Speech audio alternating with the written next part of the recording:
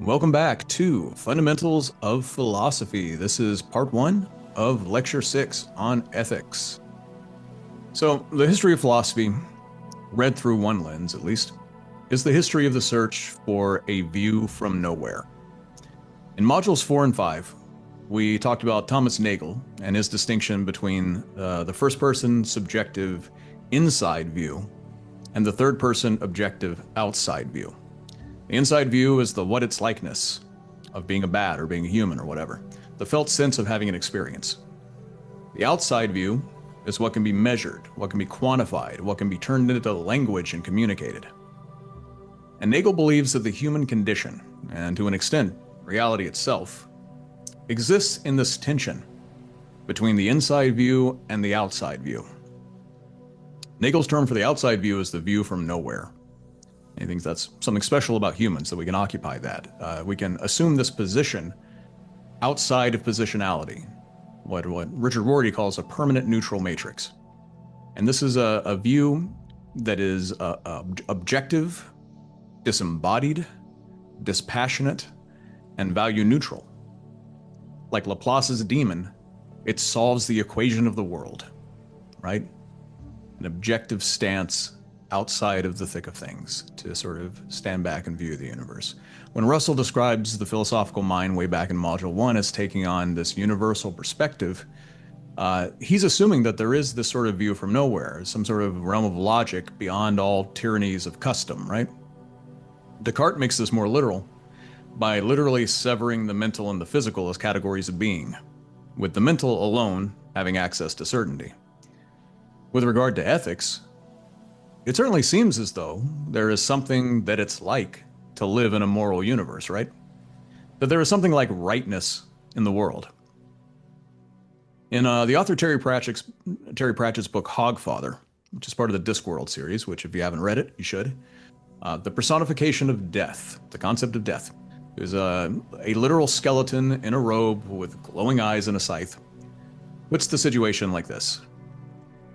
Take the universe and grind it down to the finest powder, and sieve it through the finest sieve, and then show me one atom of justice, one molecule of mercy.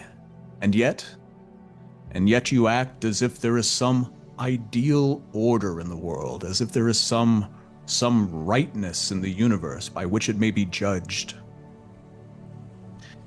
So, in Nagel's view from nowhere, in the clockwork outside of the walls of the Cartesian theater, there are no atoms of justice or molecules of mercy. And yet, from the inside, it seems as if there's something that it's like for an action to be right or wrong. So, which is it? Is the universe moral? Are there events that are universally right or universally wrong? Are rightness and wrongness brute facts about the world? And how would we discover them if they were? Moral realism is the view that moral facts are real facts about the world. Moral anti-realism, unsurprisingly, is the view that they aren't. It's the view that moral facts are the projection of human interests upon an otherwise indifferent universe. One variety of moral realism assumes something like Nagel's view from nowhere. That the universe contains moral facts which are true at all times, at all places, and in all scenarios. There exists no possible universe in which genocide is not an evil act. Genocide is an evil act. It was evil before the first human and will remain evil long after the last stars begin to fade. An unfinished because hangs in the air, though. Genocide is evil because, and this is where philosophers part ways. It's the because. Is something evil because it causes evil outcomes? Or is it evil because it follows from evil intentions? Or is it evil because it violates God's law? In this lecture, we're going to briefly look at three strategies, in fact, those three strategies, for discovering the universal foundations of moral intuitions. Now, one common everyday strategy for grounding morality, at least within religions based on the Abrahamic tradition, Christianity, Judaism, Islam, is to appeal to the concept of divine goodness. God, as understood in these traditions, is what's called omnibenevolent, or all good. So what better source do we need to understand the universal foundations for morality than a being who is morality personified? But there's a problem with this, and it's one that Plato identified in a dialogue called the Euthyphro. So Socrates is awaiting trial, his trial from back in Module 1, and he's passing the time by discussing the foundations of morality with the prophet Euthyphro. Euthyphro argues that the good is what is loved by the gods, and evil is what is hated by the gods. Socrates responds to this with the following dilemma. So, is an act good because it is loved by God? Or does God love an act because it's good? And Stephen M. Kahn, in our readings, is going to use the Euthyphro dilemma to argue that the foundations for universal morality cannot be grounded in divine authority, cannot be grounded in God. So if you agree that an act is good because God wills it, then morality, according to Kant, becomes nothing but an appeal to authority, right? It's a specific case of might makes right. You know, a powerful being has said that this is good. The term good also becomes pretty much empty here. To say that God is good, and using this definition, is to say nothing more than God does what God commands, which is circular and empty and robs the word good of any meaning. On the other hand, if you agree that God wills something because it is good, then goodness is a rule that God follows. So it's a higher authority that God has to appeal to.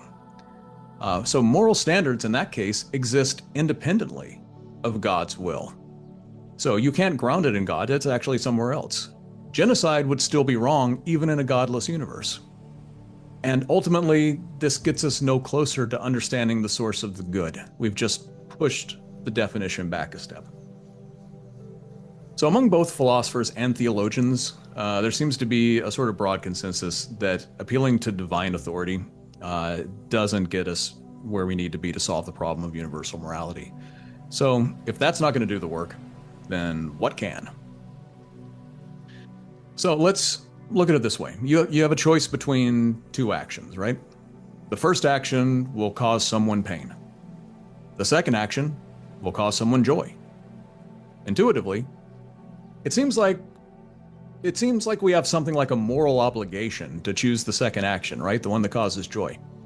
If you have the choice of a world with more pain or a world with more joy, it seems pretty obvious which one you should choose, right? Now, John Stuart Mill, his version of ethical utilitarianism is based on this intuition. It's what Mill calls the greatest happiness principle.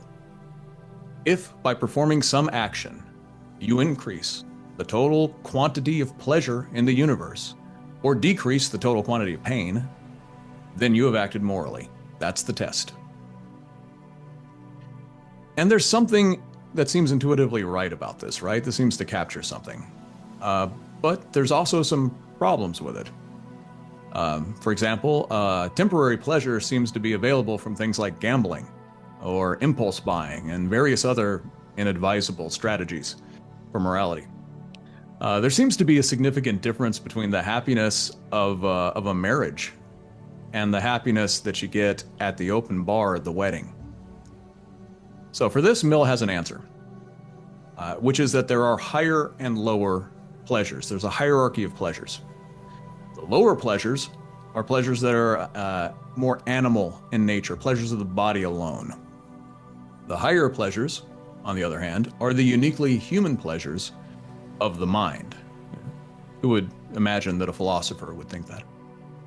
And one can distinguish between the two sorts of pleasures only to the degree that one has experience with them. So to be a competent judge of higher and lower pleasures, you have to have experienced both of them in their extremes. And for those who have done so, according to Mill, People prefer to choose the higher pleasures if given the choice. I'm not sure that he performed a scientific survey about that, but that is the conclusion that he comes to. And anyway, Mill's concern isn't with individual pleasures. He's concerned with the greatest total happiness in the world. So collectively, think of a world that is overflowing with happiness, a world with the least possible pain. Now let your actions contribute to the creation of that world. That's what moral action means, right? That seems, again, intuitively like it captures something, but again, there's sort of a practical problem, which is what does it actually look like in practice to base every moral action on something like a mathematical calculation of the sum total of happiness that might be produced by this action instead of some other action? Can moral value be quantified? Can it be added up? Does it come with a receipt? Are you going to be audited for it? Is there going to be a moral tax at the end of the year? And should unintended consequences be added to the total happiness produced column when you're summing it up? Let's say, like in Star Wars, if an Imperial stormtrooper fires a blaster at Luke Skywalker and accidentally hits Darth Vader, did the stormtrooper do a good thing? Did he perform a moral action? So Louis P. Pojman is going to respond to some of these criticisms by arguing for a form of what's called rule utilitarianism. So Mill's formulation is referred to generally as act utilitarianism. Mill didn't call it this, but that's what it's called these days, because it's ultimately based on calculating the total amount of happiness produced by any individual act. So Pojman, by contrast, is going to systematize this process by establishing a set of rules. To act morally is simply to act according to some rule that is part of a set of rules that together, collectively, ensure the production of the most overall good. But there's another counter-intuition regarding utilitarianism at work, and there's a lot of different versions of it. One version is by the sci-fi author Ursula K. Le Guin, Eugene native.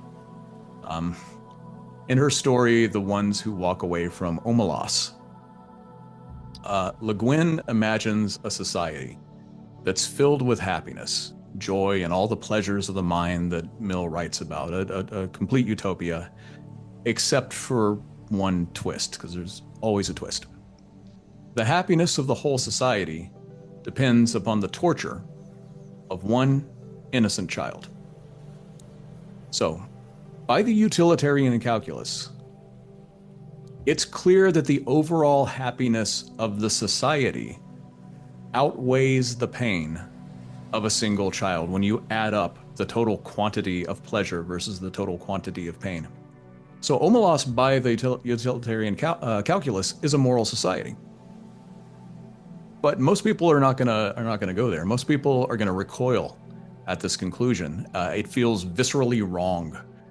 That's not what we mean when we talk about morality, right? We don't mean ensuring the happiness of the many by basing it on the suffering of the few. That's not what we mean. So what do we mean? So Immanuel Kant, who you'll remember from Module 3, suggests a different approach.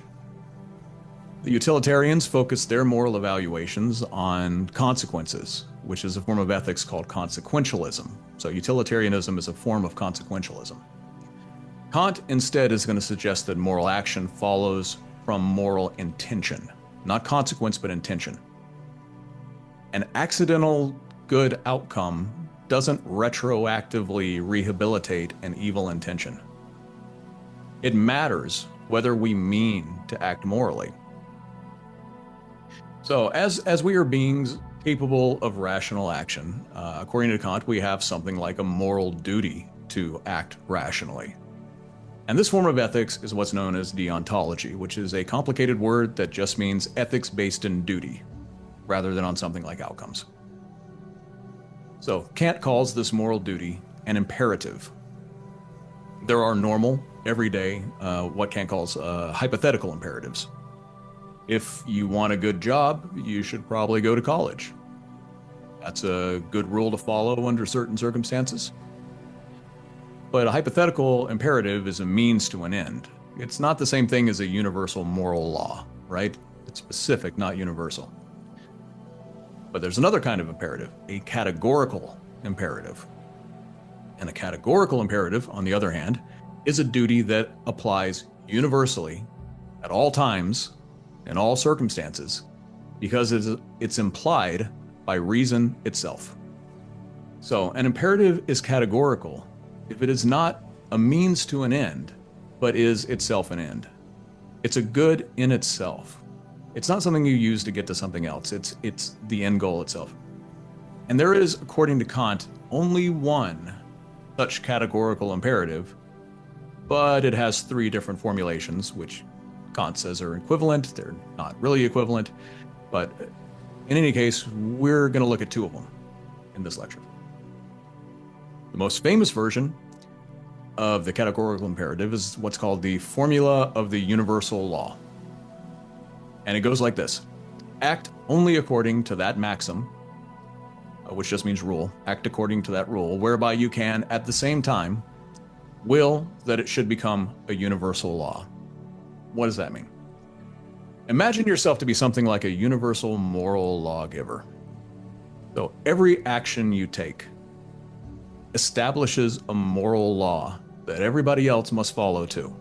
So everything you do, that's a moral law, universalizes. If you break a promise, then it becomes a moral law that all promises must be broken. But if all promises must be broken, then the notion of a promise becomes incoherent. It's no longer a meaningful concept. So promise breaking represents what Kant calls a contradiction in conception. There's a contradiction at the heart of the concept itself, of trying to universalize promise breaking. There is no possible world in which promise breaking can act as a coherent universal law. As soon as you universalize it, it falls apart. So this formulation of the categorical imperative is probably the most well-known, but it also faces some significant objections. One of which Kant was aware of himself. In its most general form, you can state it as good intentions sometimes lead to bad consequences. Let's follow Kant's reasoning and say that telling the truth represents a universal moral law, right? It is, after all, irrational to suppose that the world should be based on a universal moral law that everyone should lie. And we ought to only perform those actions that we believe should be universalized. So it is always immoral for us to tell a lie. Now, imagine that a killer is at your door. Somewhere in your house, you've hidden the killer's intended victim. The killer, having read their Kant, knows that you can't tell a lie. So they ask you if the intended victim is hiding in your house. How do you respond? Well, if you're Kant, you admit, as he did, that the moral action in this case is to respond honestly to the killer and hope that good fortune steps in to save the victim. You've done your duty to reason and morality. You can walk away from the crime scene with a clear conscience. This argument has not, generally speaking, proved persuasive. But Kant has another, somewhat less controversial formulation of the categorical imperative that he can avail himself of. And this is what Honora O'Neill calls the formula of the end in itself. It's sometimes called the formula of humanity. And it goes like this: act so that you treat humanity, whether in your own person or in that of another, always as an end and never as a means only. What does that mean? What does it mean to treat humanity as ends and never as only means? So to go back to Terry Pratchett, it means don't treat people like things. The way Pratchett sums it up, it's a recurring theme. And for both Pratchett and Kant, this represents the seed at the heart of all evil intentions, treating people like things. Humans, to Kant, have inherent worth. Other people aren't valuable because they're tools, for us to use as instruments to acquire some other good, right? Treating people like tools involves them in some scheme which isn't about them and to which they cannot consent. It's always immoral to involve people into schemes, into things that they can't agree to. Consent matters. So maybe that's it. Maybe that's Nagel's view from nowhere, translated into ethics. Don't treat people as things. Never involve a rational agent in a scheme to which they can't consent. But who counts as a rational agent? And who gets to make that decision? When Mill suggests that we should favor the higher goods of the mind over the lower goods of the body, whose mind and whose body do they have in mind? In both cases, the ultimate ground of moral value is to be determined by the calculations of reason. And in both cases, it returns laws that conceive of morality as forms of rationality. Imagine that. Reason has investigated itself and found itself to be morally superior. Donna Haraway calls this the God trick. The view from nowhere is actually the view from somewhere quite specific. It's the view from whoever has the power to decide what impartial rationality looks like. The trick is to pretend to see everything from nowhere. See everything from nowhere. To be embodied in no body. To be located in no location. Philosophers can't appeal to God directly for the foundations of ethics, so they attempt instead to assume the God's eye view, to step into that position, to that perspective, and position themselves as all-knowing legislators of universal morality. Now, from Haraway's perspective, this isn't so much an ethics as an act of colonialism, the normalization of one particular situated view into a universal standard of value. We'd be more honest if we just acknowledged that no such view exists, and that all moral action emerges from the situated perspectives of embodied humans, not omniscient, rational spectators. So, for the next section, we're going to step back from the view from nowhere and look at ethics through the lens of situated, embodied action, practice, and care. I'll see you there.